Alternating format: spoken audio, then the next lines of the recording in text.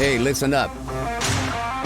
We got another episode of Wise Kracks, featuring the crack man himself, Bill Krackomberger, and our co-host, John Orlando, straight from Las Vegas.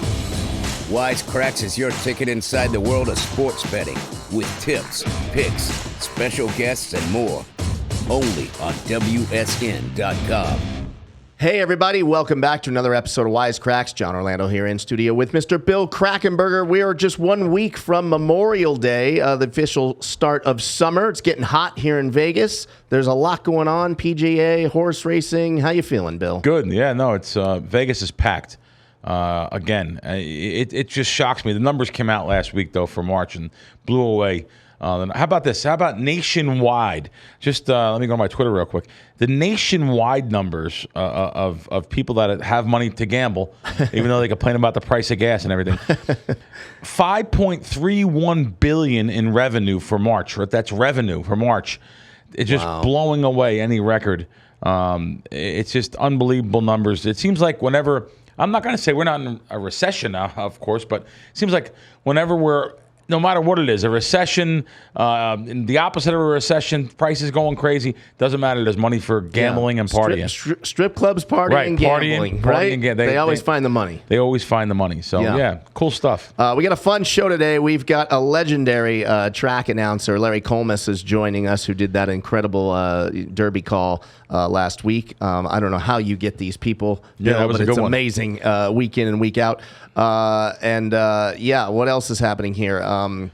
But to go with Larry is a friend of a guy, my friend Kevin's up in the Boston area, and after last week's show, he's seen the show, and he's like, maybe I'll get Larry for you. So I said, great, if you can get him. And sure enough, I text him, and great. I'm really pumped up for him. Yeah, me too. So, before we get into all of the sports stuff, I heard something from one of the producers, Crack. I'm a little what? You're buying tickets to Australian Pink Floyd? No, what is Australian Pink Floyd? What are they, right? Like I first seen them at the joint at the Hard Rock. Right. And I was friends with all the guys at the Hard Rock. So I was friends with a lot of the executives and stuff. This group got paid $200,000 for that night. And I'm like, what? I was like, all right, I'll go see them. I'm not a cover band guy. I'll see some of the Doors cover band out. Like I seen one out at Manhattan Beach or something. I said they were really good, and but I'm not a cover band guy. I need to see the real deal. Right. But when I heard it was all about this guy that was a director there saying, yeah, we give him $200,000, they sell out the whole place. I was like, all right, I'm gonna go see it because I love Pink Floyd. Yeah. Australian Pink Floyd blew me away. Really? Blew me away. I had no idea they were together 33 years. David Gilmour and Roger Waters, the real lead singers of Pink Floyd and band members of Pink Floyd, have used them for their own parties and their own birthday party. And they have two lead singers that's still with them, thank God. They sound, and they're Gilmour and Waters. I mean, wow, they're so good. And the exact same. I've seen Pink Floyd about 5 times since the 80s, and the light show, the lasers, the pink pigs flying around, the stuff that the big giant. It is just like animals. Going to see Pink Floyd. It blew me. I've seen them 3 times now. They totally blew me away. I booked tickets for Jersey to go see them in Jersey because they weren't coming to Vegas. But they were going all around Vegas, San Diego, and now they are. They are coming to Vegas. So I got tickets for Vegas and I got tickets for Jersey. And like the people I have taken to the show, I've taken 3 different sets of people that were Pink Floyd fans, and they would have never seen them without me, and they were blown away. Now, here comes the surprising part. When I see them again, I swore, and I will not be seeing them under straight conditions. What? Yes. Wait, no. whoa. Yeah, whoa, no, I can't. Whoa. This is a laser show coming at you, and it's I'm not saying I'm going to be doing drugs, but I'll definitely have a couple drinks to loosen up, without a doubt. Okay. And maybe I try maybe smoke a little something. I don't know how to smoke it. I don't know how to inhale. Eat a cookie. Maybe I'd eat a cookie. Okay. Yeah. Or a gummy. No, it's that psychedelic really? and yeah, it's that good. So Travis is so excited behind the deck right now. I have no idea what to say. Yeah, no, it's that good. So the last time I seen him was I seen him at the Joint twice, seen him at Palms once. Yeah, and They were so good. Do you go back and meet them also? Like, do you? No, I don't. I do know the band members now, but I haven't met them. I've seen some great videos of them on YouTube and stuff, and anyone that goes to YouTube and put Australia, you'll see what I mean right away. Well, when you put Comfortably Numb in Australian Pink Floyd, or Run, put Run in. When you see Run like hell, and you see those lasers coming at you, and you see the smoke and the floats and things. I mean, that's which, by the way, they really copied the Pink Floyd show. Even the round projection video with the lights around it is exactly how Pink Floyd toured for decades. So that's amazing that the real band embraces these they guys. know him. I mean, good. that's a big deal to Yeah. even hire them for an event or something. I mean, what more of a blessing could you possibly ask for? Yeah. So anyway, there's a big plug for Australian Pink Floyd. Okay, I love it. That's amazing. And they're going to be at the Smith Center. Is that where they are? Yeah, the Smith Center, which is an unbelievable venue. We had, I don't know, someone passed away and left them like $320 million. Wow. And it still wasn't enough. They had to raise another $200 million for this place. It's all gold, marble, statue motifs. It's a beautiful venue. As a matter of fact, when at the Smith Center, I could have had third row seats. I chose not to. Too close. Right. You want to get. You need to see the lights. Yeah, and you the want to see. set. Yeah. So one of the balconies is a great venue for this kind. I've seen some shows in the balcony there on the left side and the right side. Perfect viewing there. It's a great venue, and it's really. It's people don't know about it. It's downtown. No one even knows it's here. So, great venue.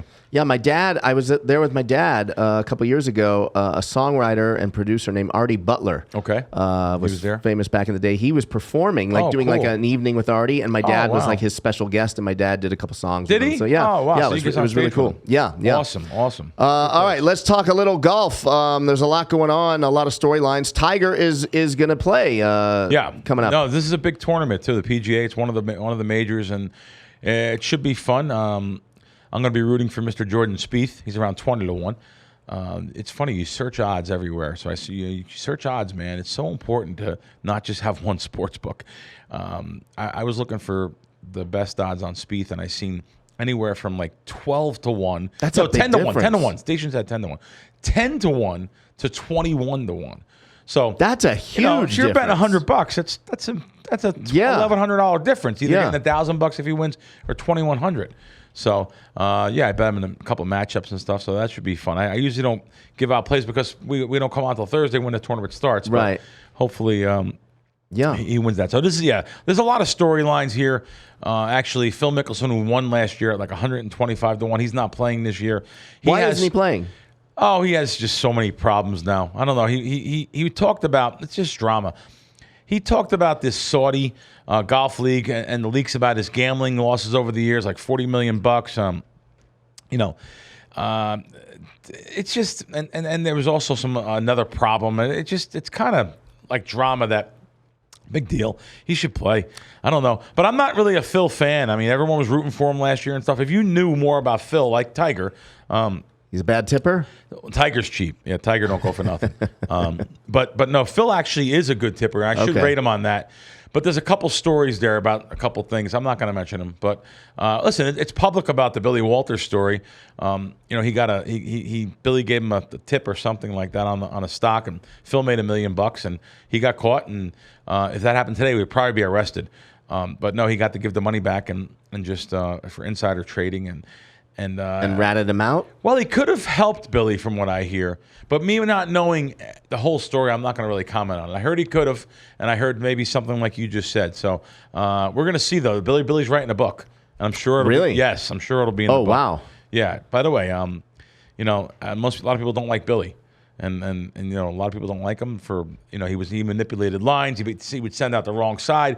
That's all part of the game here. So I personally like Billy. I've only had good experiences with him, and been with him many times. And he's always been a really good guy to me. Yeah. And I like him. I'm always rooting for everything he does. He's very generous. That means a lot. Mm-hmm. Very charitable, generous.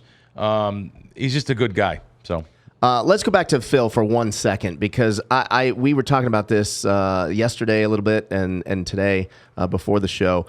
I feel like there's a good chance. I know you say that Phil's got plenty of money to take the $40 million hit over 4 or 5 years, but that means over his lifetime, It could be 100. It could be 200. Yeah. I'm thinking Phil doesn't have the money you guys think he has. Maybe. I mean, he was getting ridiculous amounts of sponsorship fees and stuff, and Phil's been around 30 years. It's not like he's making ridiculous money. They said his net worth is like almost $500 million. So I think 40 million is just a little shot in the arm. I mean, look at this guy Drake that's gambling like crazy. Right. He always wants putting his stuff on Twitter. I mean, he's had $1 million swings in a day, and I don't think he's worked where Phil is. Why gamble that kind of money when you already have the money? I mean, I guess I don't know. I don't think I would do that. Yeah, I don't know. It's just part of you could say the same for Floyd.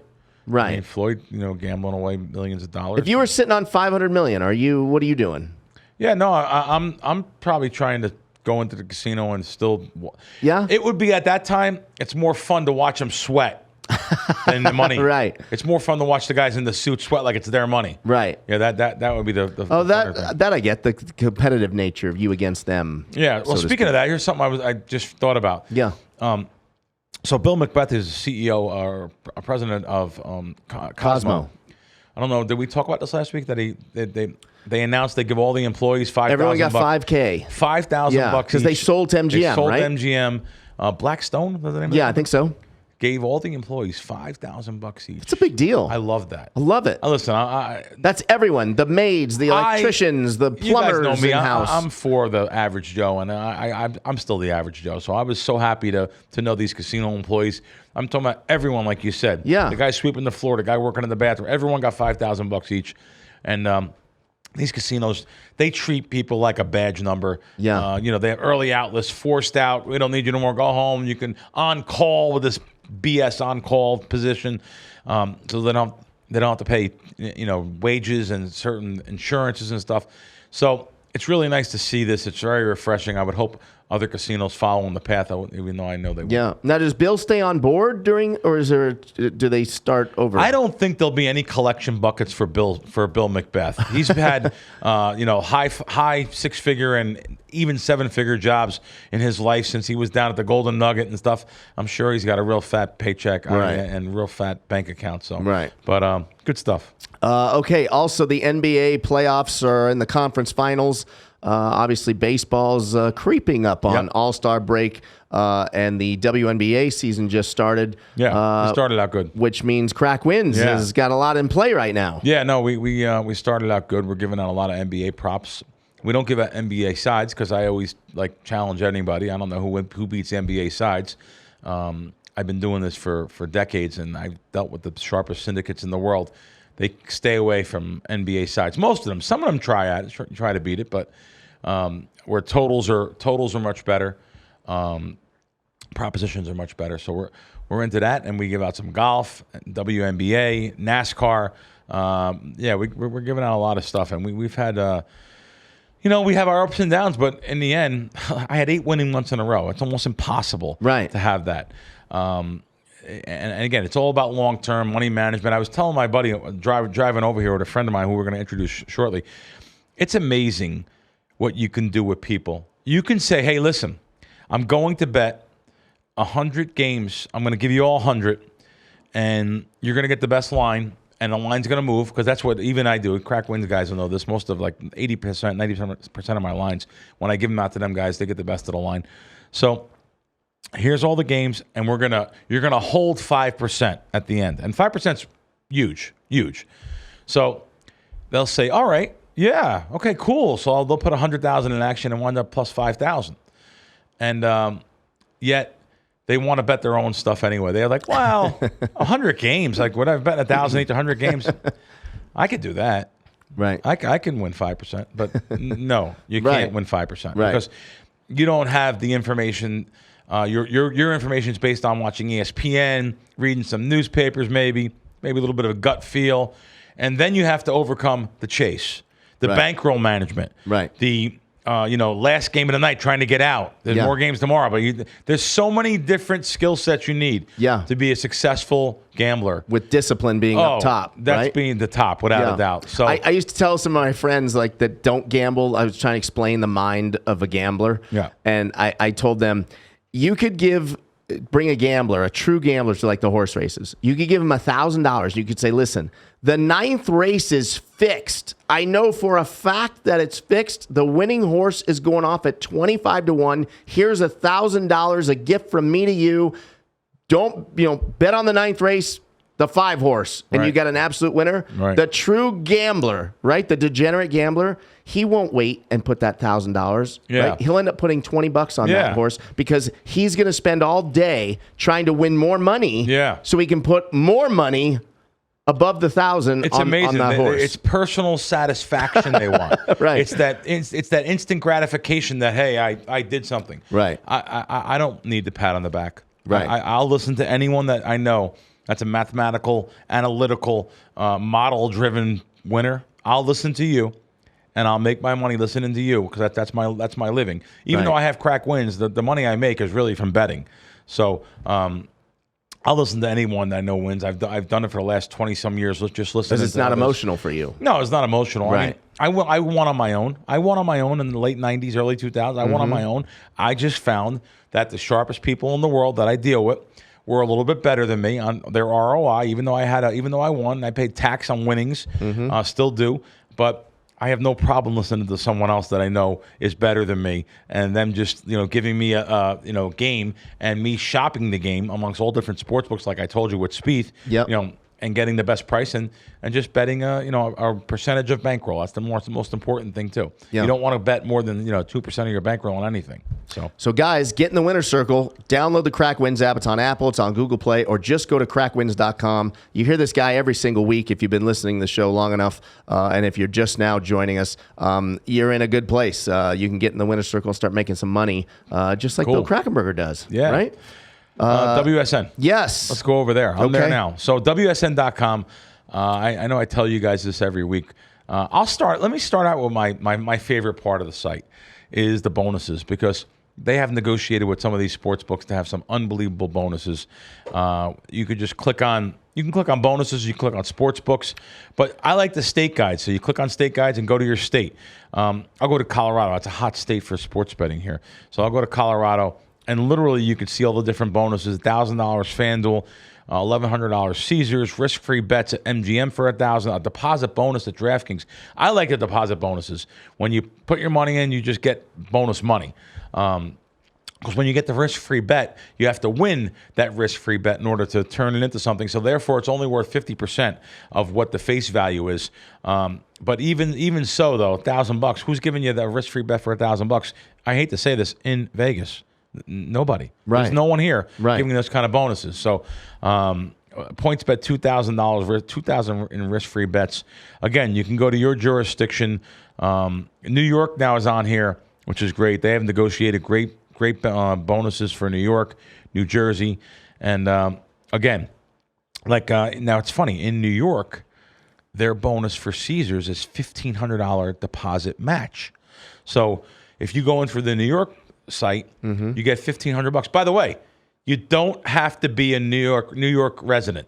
You could live anywhere and just be in New York and set up shop. Time, right. Yeah, you don't have to be. And that goes for all the states, though. You don't have to live in that jurisdiction. You can open up an account. So, and in some cases, it's worth going there. Oh God, right? If you can get the flight cheap enough. I don't want to even tell you that. Like my friends and I were in Jersey, and I took a car full of people over to Staten Island across the New York border for some bonuses a few months back. So no, this is part of positive EV for me. Now, can you give the people that are listening a little tip on when they do get the bonus? What's the best thing to do with that bonus? Do you bet it all on one thing, or what do you do with that? Great question. Yeah, a lot of times you have to, because your first bet will be your bonus bet. Okay. So you deposit $1,000 and you get, you deposit $1,000. Your first bet's going to be $1,000 because they're going to give you that money back if you lose. Yep.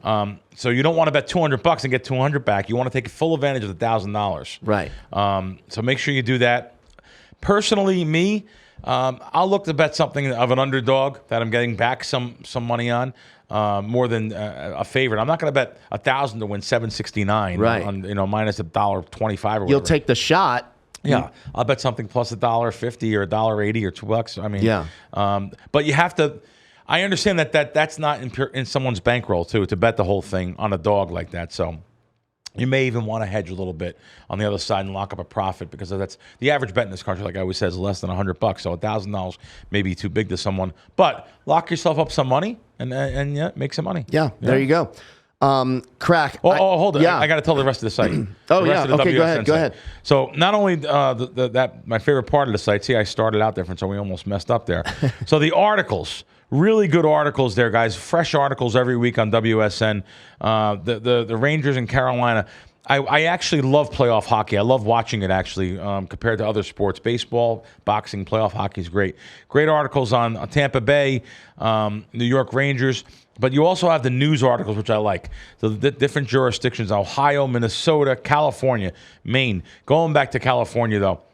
That was something we really want. I hope California, it's on the ballot this November, hoping California approves sports betting and they get mobile sports betting. That'll be giant for the industry, though. All those articles and more on WSN.com. So there are two different things that they have to vote on for mobile versus. I didn't realize that. The Indian tribe casinos, they want people to come into their casinos to bet. Right. But they get a piece of the action by also having a mobile app, but probably not as much as people coming in, because what happens when you go to a casino? You don't just bet sports. You're going to play blackjack, craps, slot machines. So it's a little bit of a controversy there. Hoping that everything gets approved, and we'll see. You know, California leans a little to the left there, so we'll see what happens there. Yeah, we'll see what happens. Yeah. All right, Crack, it's time to bring on our guest. Super excited about this one, especially after last week. I mean, this guy is simply the best of the best when it comes to calling horse races. He's the lead race caller for NBC's sports coverage of the Triple Crown and the Breeders' Cup. He's obviously did a legendary call of the Kentucky Derby last week. Larry Collmus is with us today. How you doing, Larry? Hey, Larry. Good, guys. It's good to be on with you. Wow, we're pumped to have you on, man. This was we've both watched this call many times, and you know, I used to be a horse race guy when I was a kid, living by Monmouth Park. But then I learned the mathematics of it compared to sports betting, so I kind of got out of horse racing, and because of the big hole that the tracks have. I understand it compared to sports betting, but I just I don't mess with it, because I like to get the best of everything. So, but however, you brought everyone back to this sport with this call of Rich Strike's win in the Kentucky Derby. So really, really cool. And a lot of people are asking about it. When I tweeted some stuff out of the overhead shot, and we've looked into some other things about you. It should be a fun show. John? Yeah. I mean, but obviously we could spend hours just talking about the Derby. But I want to go back before the Derby. I mean, you started when you were 18 years old. It seems crazy to me. How did this all come about at 18? How are you calling races? Well, the way it started was my father installed the sound system at the Maryland State Fair at Timonium, and he would take me to the track to try to learn his business, but I was mechanically incompetent.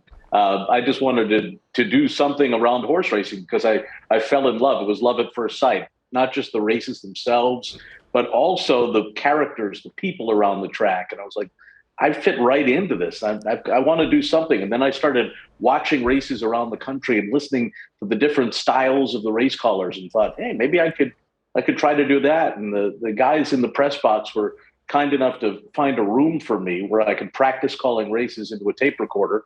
And then one day the general manager of Pimlico heard me and said, hey, why don't we get you started? You can call a race a day. We'll start you out at Bowie in the summer. And it happened from there. So I started as the assistant announcer on the Maryland circuit when I was 18 years old. Wow. So you were the youngest announcer in the country at that time. And that was in, now, because I don't know, Bowie's in Maryland, correct?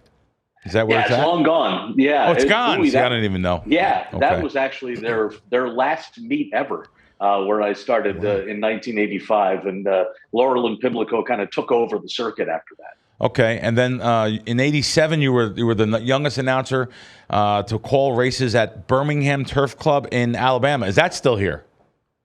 Nope. Oh, that's gone too. Yeah, they ran dog races there for a while after the horse races. Now I think they just have simulcasting, but it's the building itself is still there. And I started there as the regular. My first full-time job was there, where I was the main announcer, and I was 20 years old. So it was good to start somewhere. Yeah, no. I know a lot of the racinos now have taken over and saved horse racing with the casinos that are in a lot of different racetracks. So then you go on from there, and you actually start doing. Like I read here, Churchill Downs in 2014. That must have been unbelievable to actually. You almost want to pinch yourself and say, "Is this real?" Calling these big races and to start out like you did. What do you think? What's your favorite racetrack to call? And actually, what's probably your favorite race? Or that might be too tough a question. There might be so many of them. So what's your number one racetrack you love calling races at, or you love to visit?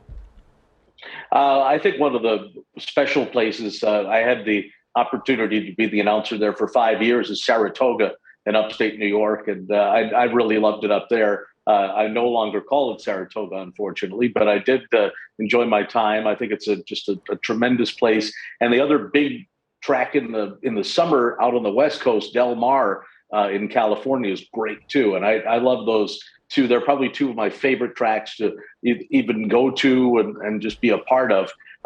As far as race goes, there's nothing quite like calling the Kentucky Derby. I mean, the atmosphere there, the importance of the race, the 20-horse field, all the preparation that comes into the race, the nerves, the excitement. There's nothing like the Derby. The only thing that could match that is actually calling a Triple Crown, which I luckily got to do with American Pharoah in 2015 and then in Justify in 2018. So those are two of the more special moments for me. And I think the other one that really stands out is my first Kentucky Derby for NBC, which was back in 2011, because the first one's always, the excitement of it all, it's overwhelming, and to get it over with was such a major thing. Oh yeah, no, I read a whole story about that and it was really cool reading about you there. That your first one, and to be at the Kentucky Derby is on my bucket list. I'll get there one of these days. What is it like to be up in that box when they play My Old Kentucky Home? What was the first time you were up in that box in 2011? I think you said. What was that like, and what is it like now? It's still a special moment. So, as a guy that grew up a horse racing fan, to me that song meant, oh my God, the Kentucky Derby's only 10 minutes away. So it was always sent chills up my spine, even though I'm not from Kentucky. It just got me really super excited. Now, back in 2011, because I had to call the race for the first time, I decided it was in my best interest not to listen to My Old Kentucky Home. So I actually took off the headsets and just kept talking about the horses to myself that are in the race that I'm looking at. And don't listen to the song, don't listen to it. And I did that for 4 or 5 years. And then finally I got comfortable enough where I was okay. And I could listen to My Old Kentucky Home without getting too shaken up. Oh, wow. Yeah, that's a great spot. What an amazing, since we're talking about this, I was going to get into it a little later, but what an amazing Kentucky Derby last week. What a great run by Rich Strike and closing on the inside out of nowhere. The jockey was amazing. I loved hearing the call, of course. I just couldn't get over the video I've seen of you making the call. I have to know more what you're looking at, what the process was. Can we take a look at it together? We have it to take a look at together here. One of our producers are going to cue it up here so you can actually watch it with us if you have a minute. Here we go. Once again, Sure. We're ready for a start. They're off in the Kentucky Derby. And summer is tomorrow, had a great start and goes immediately to the early lead.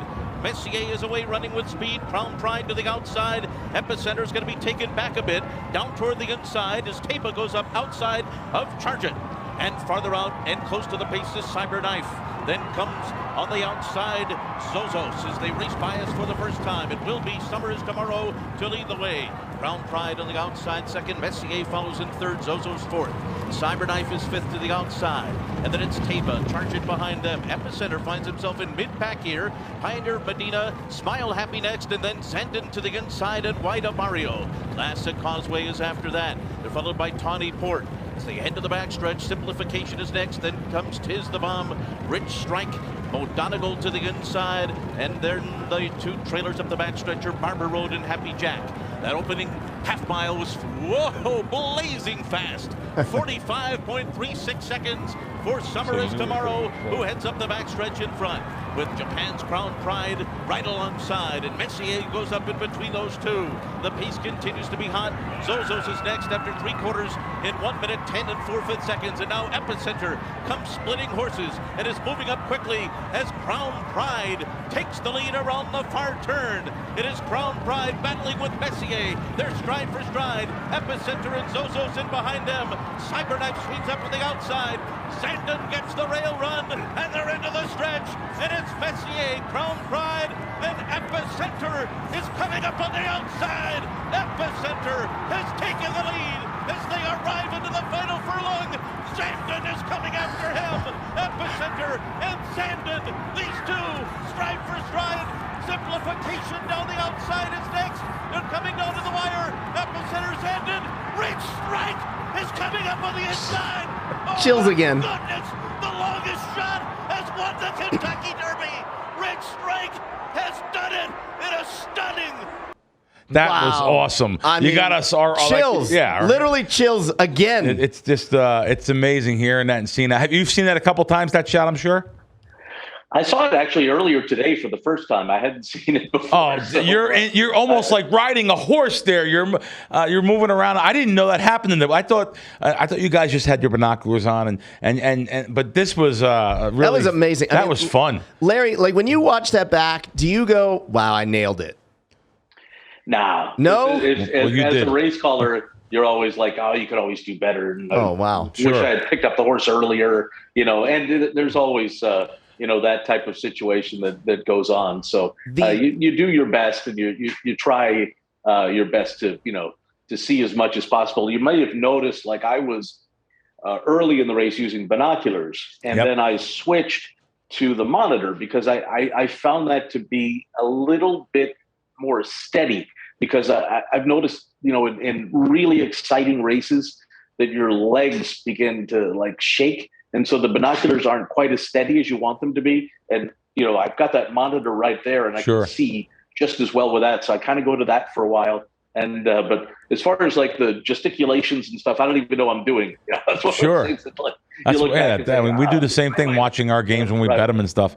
I was going to ask you again, brilliant call. I was going to ask you, did you see Rich Strike coming at all, or were you just like us and we didn't see him till the end? I mean, I looked at the overhead shot and it's amazing that horse came out of nowhere.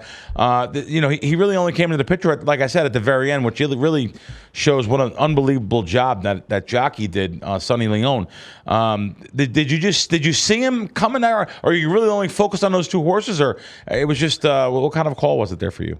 Well, I'll tell you what, when you've got the two favorites who were expected to be there at the end, and they were. Here's Epicenter, here's Zandon, and a lot of times when horses are making their late moves, they'll make them on the outside. So you're looking more outside than inside. And I mentioned simplification, and then all of a sudden, after I mentioned him, Rich Strike just shot out of a cannon on the inside. And by the time I got back to the other two, he was there. So I saw him a little bit before I said his name, but you have that split second hesitation because he's 80-1, and like, I guess, you're sure it's him because he's luckily, what I do is I go by the jockey silks, the colors of the silks to tell who the horses are. And he, among the 20 horses in the race, was the only one that had red and white colors. So luckily that was the case, and it made it easier to pick him out. Yeah, Larry, I was in San Diego at Viejas Casino with 800 people, and when the race was over, not one person was cheering. They were cheering for the race, but not one person had the horse. I mean, this was there was future places here in Vegas that had futures at 200-1. You could have bet them at 200-1 the day of the race. Yep. So where does that finish rank for you? Listen, it's in the moment here, so we're all thinking it's probably the best, but it probably isn't. You just said you called 2 Triple Crowns, but where does that Kentucky Derby? It's probably top 10, no? Oh yeah, the surprise factor, the shock factor of having that horse win the race. That as of 9 o'clock on Friday morning, he wasn't even in the race. He was also eligible, and all of a sudden Wayne Lucas, who trains Ethereal Road, says, we're not going to go. We're going to scratch. And then here's Rich Strike. It's like, okay, we're in. And, it's like, well, okay, whatever. That horse not going to win, but he did. That's why they run the race. And, it was absolutely, like, it looked like a video game on the replay of Sonny Leone's moves. Like, everything he did was right. Sure. And sure. And what a cool thing for an unheralded guy.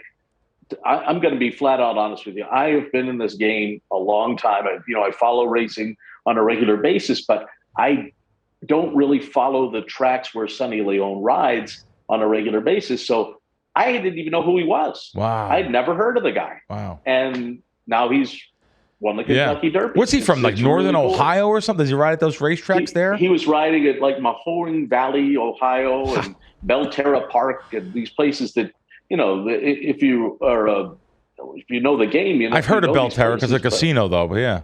Yeah, right. They're not big time tracks, and that's where he plies his trade on a daily basis, and it's crazy that all of a sudden he comes to Churchill against the best jockeys in the world and he wins. You have the biggest profile job really in horse racing. Do you go through any kind of a prep? Like, what's your preparation? Any rituals? Or I seen you there. Like, do you know there's a studying of all the horses in the race the whole week leading up? I guess Churchill would send you. You would be one of the first people to get the silks, the numbers, the colors, I would think. Is that something you do? You study them all and just know each horse? Oh, yeah. You have to.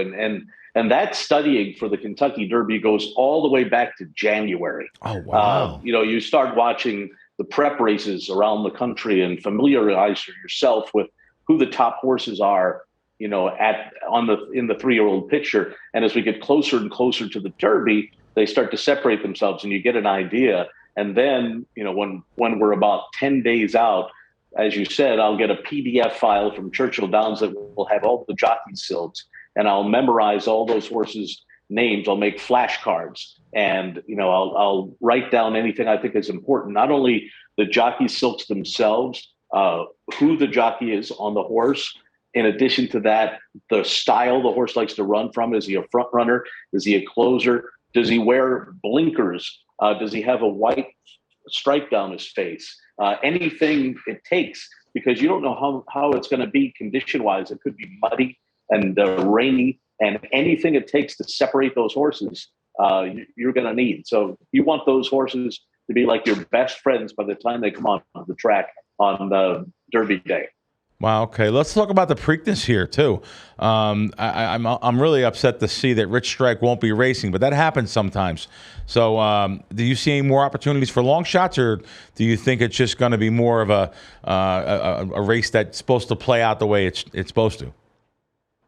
You never know. I mean, Epicenter to me is a very much a deserved favorite in this race. I mentioned in the call of the Derby that they were running at just an extremely fast early pace, and he had made a move into that pace, which was really impressive, and then continued on from there and held off Zandon and finished second. It was a very, very good effort by Epicenter, and he's the deserved favorite of the race. If he runs a race like that again, I would think that he'd have a shot. One long shot that I will mention that I've been impressed with, a horse named Creative Minister for trainer Ken McPeak. I had a chance to see that horse run at Gulfstream Park in Florida when I was down there, and he made a really great late move in his first race on a racetrack where front-running horses have a big advantage. And I love the way he finished in that race. Then he's gone on and he's won twice since. So I would watch out for him a little bit. I think he's going to be under the radar and a horse that does have a chance to win the Preakness. You know who I'm betting on now, Bill. Yeah. You know who I'm betting on. Yeah, you give John a long shot or something, he's going to be firing. Yeah. Give me a long shot, I'll show you a good time, Larry, the thing that is so impressive to me when I watch you call a race, all you guys for that matter, but your energy and how you are able to paint the picture and never come up for air. It's you could close your eyes and I can see the race from how you're giving it to us. It's really incredible. My question for you is, I'm real good friends with Bruce Buffer. He's the UFC ring announcer. Sure. And Bruce, how he attacks the first race on the the first fight of the night compared to the main event are two totally different things energy-wise. So when you call a whole day of races, Do you kind of leave a little extra for the featured race, or in this case, like the Derby, or do you attack them all the same way? No, I think that his approach definitely makes a lot of sense. And the way a racing card generally is shaped, the early races aren't as big of a deal as the later races on the card. But, what if in one of those early races you have like two horses that are just, coming down to the wire, inseparable, no matter how high a profile race it is, it's still going to be a level of excitement, more so than a race where a horse just goes on and wins by, open lengths, and it isn't that big of a deal. So there's a lot that goes into it as far as the enthusiasm level. Bruce, he knows what he's going to do. When the gates open, I don't know what I'm going to say because I've got to call what's going on, the play-by-play. So, but you're naturally going to be way more pumped up for the Kentucky Derby. Like I was telling you about the shaky legs and the the sweaty palms. You don't get that for any of the other races that day, just that one. That's amazing. And now, Larry, when I heard you were coming on, it reminded me of one of the most, I think, classic calls that you were ever a part of. I think we have that clip. Do you have that clip, Travis? This is especially magic for all the married men out there. Let's I know see where this we're going now. Yeah. Here come My Wife Knows Everything, and the wife doesn't know on the far outside. Little Miss Macho is fourth or into the stretch. Lady Mutada, My Wife Knows Everything. Center of the track, the wife doesn't know. Into the final furlong, My Wife Knows Everything. The wife doesn't know. They're 1-2. Of course they are. My Wife Knows Everything in front. To the outside, the wife doesn't know. My Wife Knows Everything. The wife doesn't know. My Wife Knows Everything. More than the wife doesn't know. Miss Tallahassee was third. Of course. Larry, And Morningside Heights. How do you call that race and keep it straight? How do you not just bust out laughing? How do you keep it together for that? I did right afterwards. When I didn't even realize until maybe an hour before that those two horses were in the same race. And it was a complete coincidence. They had absolutely nothing to do with each other. They just happened to have those two names and run in the same race and finish first and second. And at the time I thought, oh, okay, this was kind of fun. Just get the names right. And then I'll get a couple of texts from a couple of buddies of mine. Oh, that was fun, whatever. And then all of a sudden it's like, hey, we need you on the CBS morning show, and Inside Edition wants to have you on. And all of a sudden I'm like, what? And it just kind of blew up, the whole thing. And it was fun. It was I'm glad I was able to do it and get the names right. That was all I was trying to do. That's awesome. That's cool. You got anything else, John? No, I'm good. Well, yeah. Larry, do me a favor. Can you tell Bill that this year it is mandatory? We are at Del Mar opening day. Can you tell this guy? I went last year opening day. I love going to Del Mar. I've been to Saratoga 20 years out of 22 in the summer. Right. I go with my buddy Teddy Atlas, the boxing guy, and Teddy and I have been there 20 of 22 with there's a couple other guys that are high pro. I've been in the background there with Wayne Lucas in his barn in the morning, and it's so cool taking that drive around all the barns in the morning. I absolutely love that. I love that part of racing more than even the betting or anything. I only bet $5, $10 a game. I mean, but it's fun just to be with those guys and hang out and see what they go through in the different barns. Nick Zito's one of my buddies. Teddy's one of his best friends is Nick Zito. His barns are beautiful back there. So I love doing that stuff. Now, Del Mar on the other coast, I go to once or twice through the season. So, yeah, I plan to go there. Great stuff. What are you doing this summer? What are you doing after the Triple Crown? Where do you go? What tracks do you call in the summer? So I'm going to be working for these guys, TVG, as an analyst at Monmouth Park, which is where I live, and I'll be doing that after the Triple Crown's over. Oh, good. And then I'll be calling the races at Kentucky Downs, which is a unique track that races a 6-day meet. They're just outside of Nashville, Tennessee, on the Kentucky side of the border. And have a good time with that. And then, of course, it'll be time about then to start getting ready to call the Breeders' Cup for NBC. So it's they're keeping me busy enough. Well, listen, we really appreciate you having you on here. You raised the bar for anyone else that takes on this job 20 years from now, 25 years from now. It was a fun time, great to have you on. And I'll tell you, your stretch call of the Derby is now like that's like in my vault with like AC/DC's Thunderstruck. This is like my pump up videos. Queen, we are the champions. Put them together. Yeah. Yeah, you captured the moment and absolutely nailed it, I feel. We really appreciate you having you on and look forward to having you on again. Sounds good. Thanks, guys. Nice being on with you. Thank you.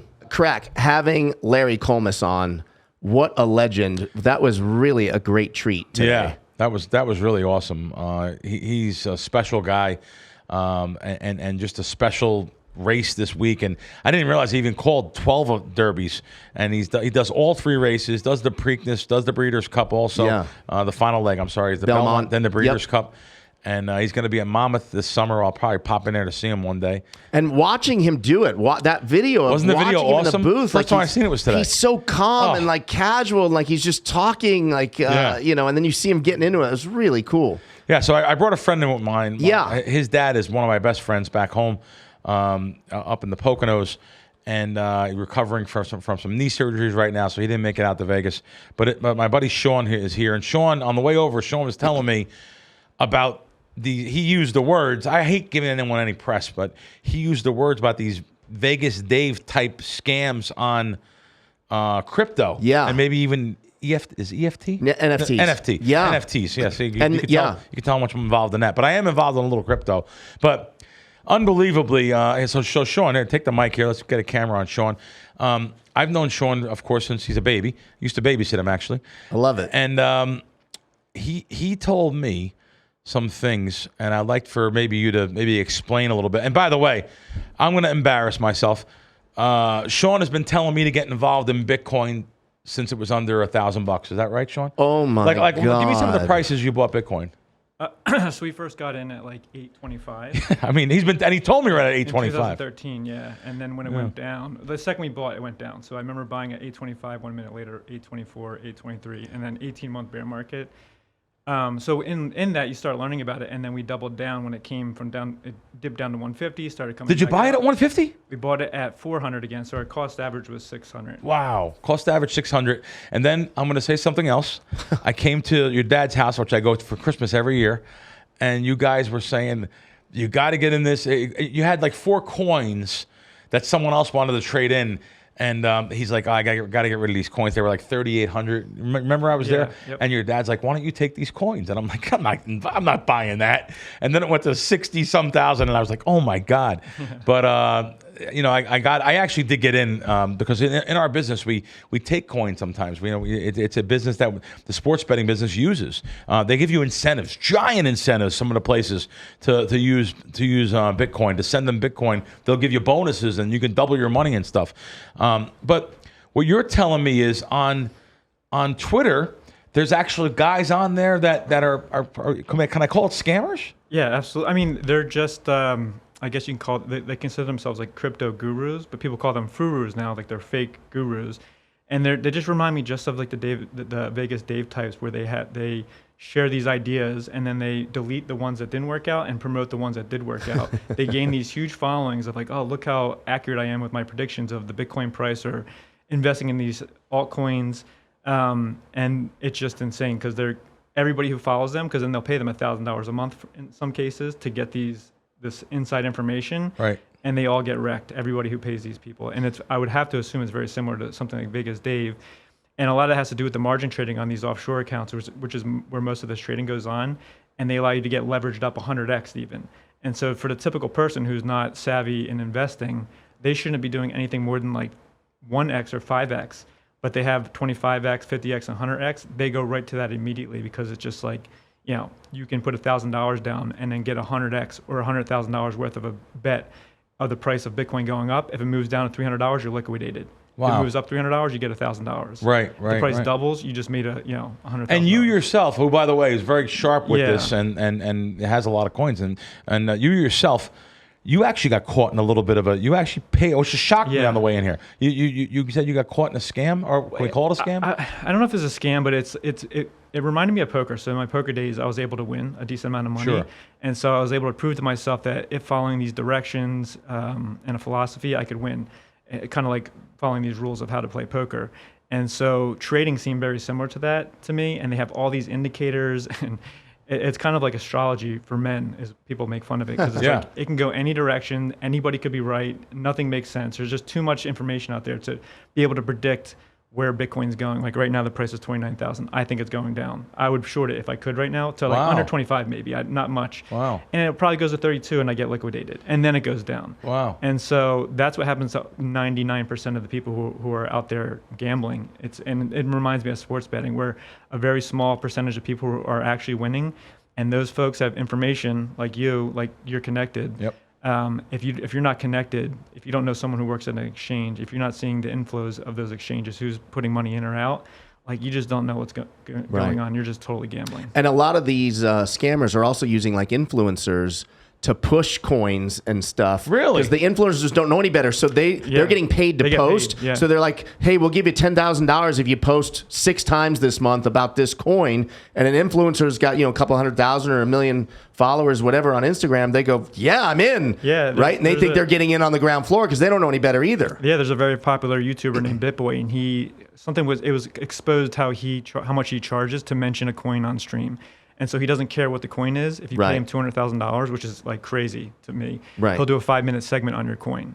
And so like that's just crazy. So if you have enough money, you can get your coin very popular by paying these influencers on That's YouTube. terrible. Yeah. Because a lot of people that do have influence, like Elon Musk, what's the coin he mentioned that Dogecoin. Dogecoin went crazy just because he tweeted about it or whatever. Is that still even a coin? It's still a coin, but even the creators, it was a joke. They made it on a weekend drunk. It was a total joke. Oh, wow. In 2014, I think. It was a fork of Litecoin, which is a fork of Bitcoin. And it was just a joke. People bought it for fun. It was a Twitter joke for like a couple weeks. Right. And somehow Elon just picked it up and started thinking it was funny. Oh, my God. And then like Robinhood added it to their exchange, and then it just blew up. So all these years now, close to a decade here, all these years you've been telling me, just buy, don't worry about it. And actually you were telling me at one time you were putting $1,000 out of your paycheck. Are you still doing that? Yeah. Oh, so you're still doing it? Yeah. Good. So you're taking $1,000 and every couple of weeks and putting them in to Bitcoin, even though you say it may go down. Yeah, and that's the strategy you should be doing. So trading, like if you don't have that inside information, like I had mentioned, or if you're not like someone who's not going to get emotional at all, then you can maybe trade. And if you have low leverage, but then you got to pay attention to it. Like you pay attention to sports nonstop. We're driving over here, and you're at red lights, like putting in calls, calling people in New Jersey. I was, yeah. I don't want to do that with Bitcoin. So if I just dollar cost average in, like I'm going to get in at a good price. So I just won't pay attention. It's going to go down. It's going to go up, and I'm going to be buying at all those positions. You're in it for the long. Yeah. In the end, term. 5 years from now, you're hoping that you're laughing at it and it's 6 figures. Yeah. And I got lucky because I got in so early. So like my cost average, even if I put $1,000 a month in, isn't like going to go up too much. Yeah, cool. Well, I thought that was a good. No, that's great. Good to find out some Bitcoin scams that's going on. I didn't know there was influencers and stuff being paid money. Don't care about their reputation, and they're just going to do that. Go ahead, Sean. And they're getting dragged right now. There's a huge exploit in crypto that just happened with this coin called Luna. It was like a $50 billion market cap to zero in a day. Oh. And all these influencers were promoting it for months and months and months, and they're all deleting their tweets now. They're deleting their videos where they're promoting it. And people I know a guy that lost $200,000. $200,000. There's 10 people reportedly had committed suicide already. Oh wow! Since this happened. That's terrible. I read that in the Post. People were like losing their houses. Yeah, and if you go watch these videos, the language that these influencers are using is insane. Of like this is my biggest call of the year. And then they say no, not financial advice. Which is the famous last word. Not financial advice, but it is. Yeah, but like go all in, and then these people go all in, and then they'd be like, hey, I said not financial advice, and it's just a shame. Wow. Yeah. So Sean's staying right now.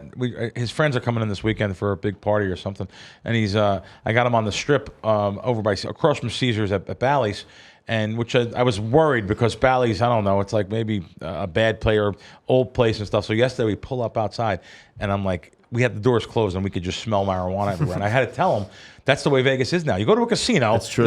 Every hall, everywhere, it's just marijuana everywhere. People smoking outside. It's legal, so hey, they can do what they want. Yeah. But now I'm gonna put them at the Wynn now for the next 4 nights.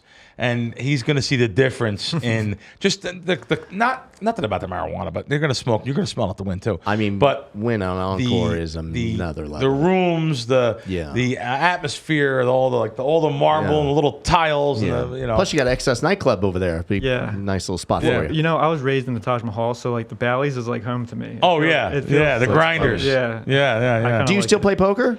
I don't play nearly as much as I used to, but I came early. There's a bachelor party coming on this weekend, so I came early because I definitely get some hours in playing. I haven't played it live since pre-pandemic. Okay. We're going to blow John away here before we go off air. Uh-oh. So how old were you when you came to town here with me? You stayed with me for a month in Vegas. How old were you? 21. So you're 21, and we go to, oh, God.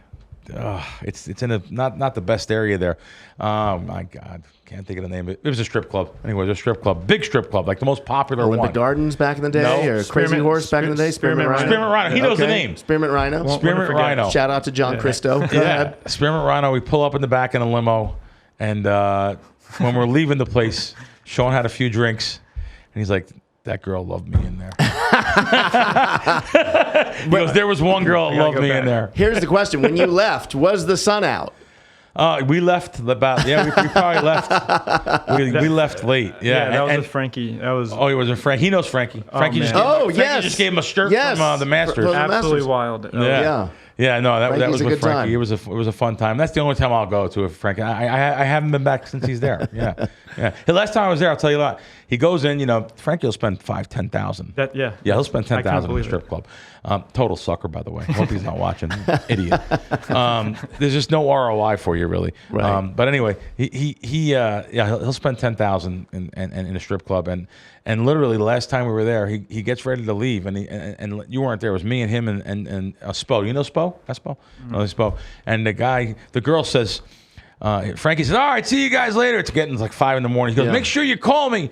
And she says, "I don't have your number." He says, "Don't forget." She goes, "You're a potato farmer." He told the girl he was a potato farmer and he sells to Orida. I was just like, he'll tell these stories and I love it. It's just amazing. But anyway, that's it. That's a good way to finish Wise Kracks. Yeah.